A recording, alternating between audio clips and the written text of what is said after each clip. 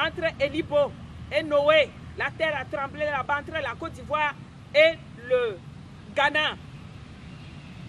Les signes d'inondation ont pris la Côte d'Ivoire. Toute la ville est inondée. Il y a plus de 30 morts victimes dans l'inondation. Ça continue de faire le dégât. C'est parce que la pluie s'est arrêtée dans quelques jours là. Sinon, nous aussi, Togo, tu es sur la liste. Toi qui se contente à verser le sang des gens, quand le sang crie, ça fait trembler la terre. Je vous en prie, nos nations africaines, les gouverneurs, les chefs d'État, vous qui m'écoutez, vous me voyez pour me mépriser. Je lance cette campagne à votre endroit. Quand le sang coule, la terre va trembler. La dernière fois, je vous ai dit quoi dans mes éditions? Que les châtiments qui vont venir sur le Togo est très grand. Parce que le Togo se mêle très souvent dans la tuerie d'autrui, pays qui n'est pas son affaire. J'étais en Côte d'Ivoire l'an 2006, entre l'an 2005 et 2006, quand une armée togolaise est venue, soi-disant l'ONUSI, l'Organisation mondiale de guerre, en Afrique.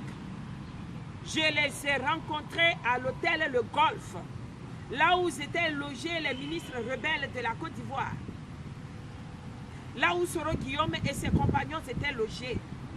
J'étais parti les visiter là-bas plusieurs fois, parce que quand j'étais parti faire mes campagnes à la télévision, j'ai annoncé au cours de mes campagnes que, comme ils ne veulent pas abandonner la guerre, ils s'entretuent entre les loyalistes et les rebelles, et nul ne veut déposer les armes ou se repentir, comme l'a fait le roi Salomon avec les deux femmes qui étaient en querelle, qui mangeaient leurs enfants là.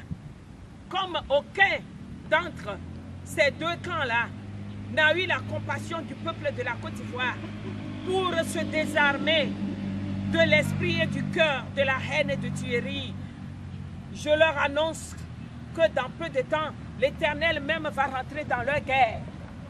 Et les anges, les invisibles, vont venir tirer sur eux et la guerre va finir. Il y aura la guerre entre les hommes et les anges de Dieu. La guerre va arriver à un stade où les tirailleurs seront invisibles. Ils ne seront plus là où viennent ces éléments.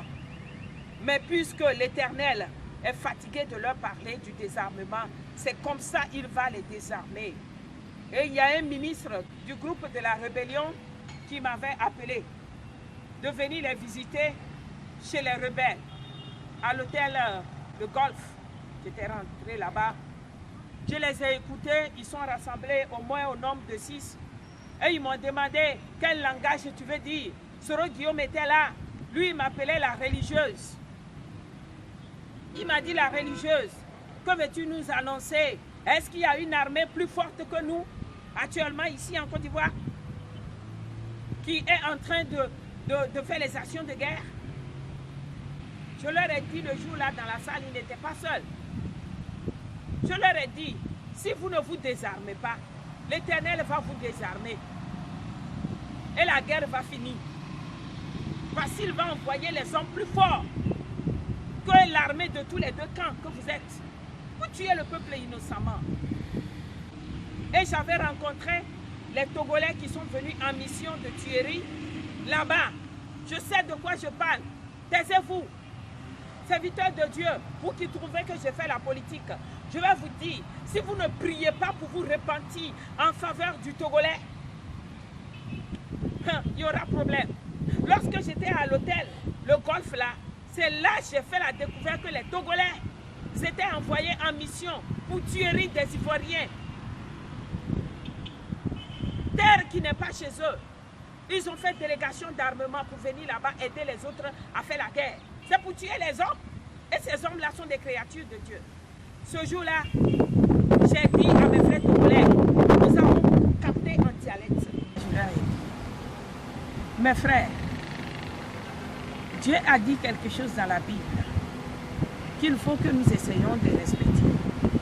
Quand les frères d'une nation sont en guerre, nous devons prier pour les séparer.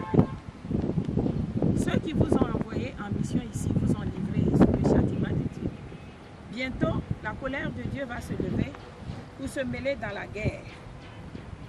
Et plusieurs héros vont tomber, vont mourir, en ce que je sais. C'est la raison pour laquelle je suis allée sur l'antenne de la télévision pour vous parler, afin que vous vous désarmez.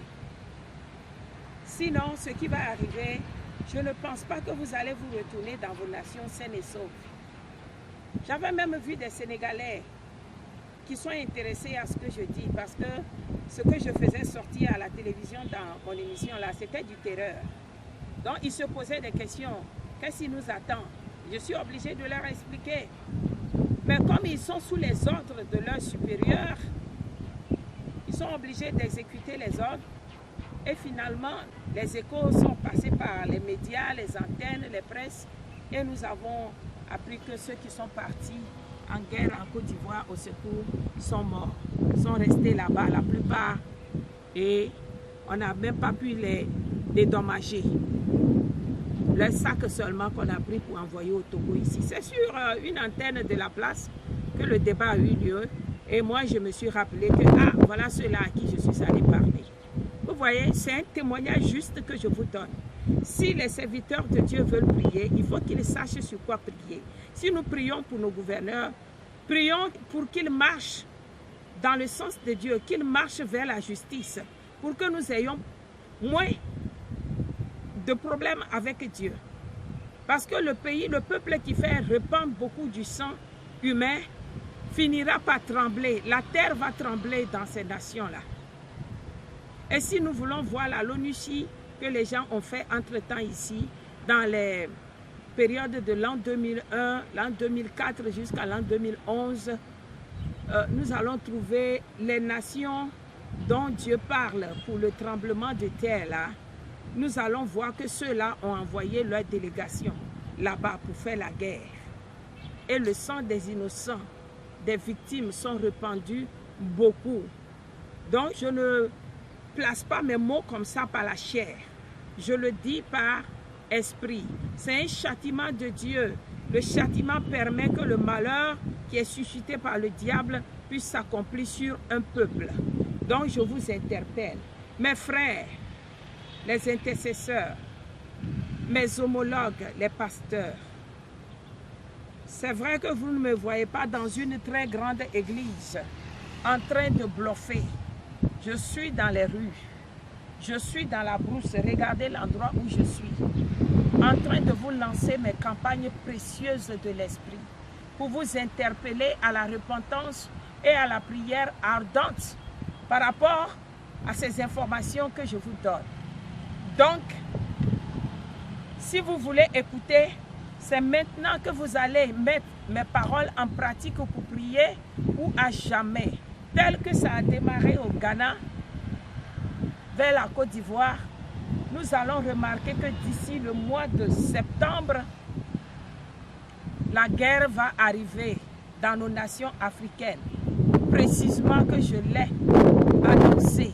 Nous allons voir les signes, les marques de la guerre. Donc, priez ardemment, s'il vous plaît. Vous qui avez des langues perverses contre l'Esprit de Dieu, chaque fois pour lui dire que cette dame-là a fait la politique. Si Dieu ne vous annonce pas ce que les autorités font qui ne nous arrange pas, pour que nous nous répandons à leur place, pour que Dieu nous fasse grâce, vous pensez que Dieu est un homme? Non, ce sont ces enfants qu'on tue. Ce sont ces créatures comme nous. Ces personnes sont valables et utiles à Dieu. Mais quand nous réduisons leur âge de pèlerinage sur terre, Dieu s'en prend à nous. Je vous en prie. Je ferme cette page.